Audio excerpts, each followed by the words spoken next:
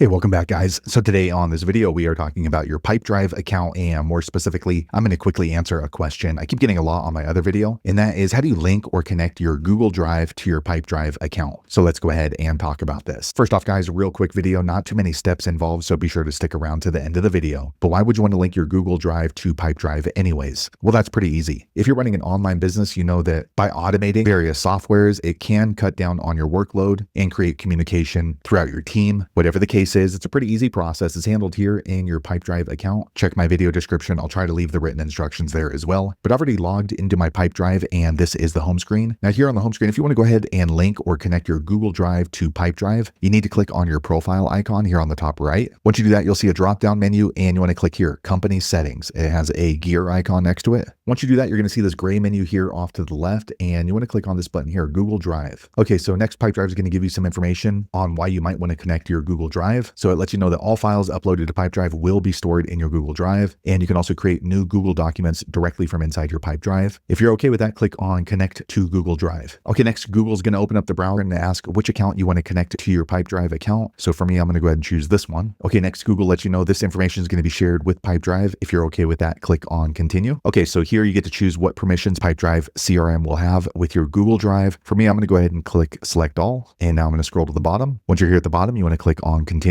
Okay, a quick second later, the page refreshes. Now you can see that my Google Drive is now connected. It has this green active button here. Also, before you do that, you do want to make sure you check the preferences. If you have more than one user inside your Pipedrive, this would apply. It has to do with the privacy settings for your Google Drive documents. So there you have it, guys. If you're wondering how to link or connect your Google Drive to your Pipedrive, that's the easiest way I know how to do it. If you know an easier way, be sure to leave a comment below. Let the rest of us know how you did it. Hopefully you found that video useful. If so, click thumbs up, or maybe consider subscribing to my channel, and I hope to see you on the next video. Thanks again for watching.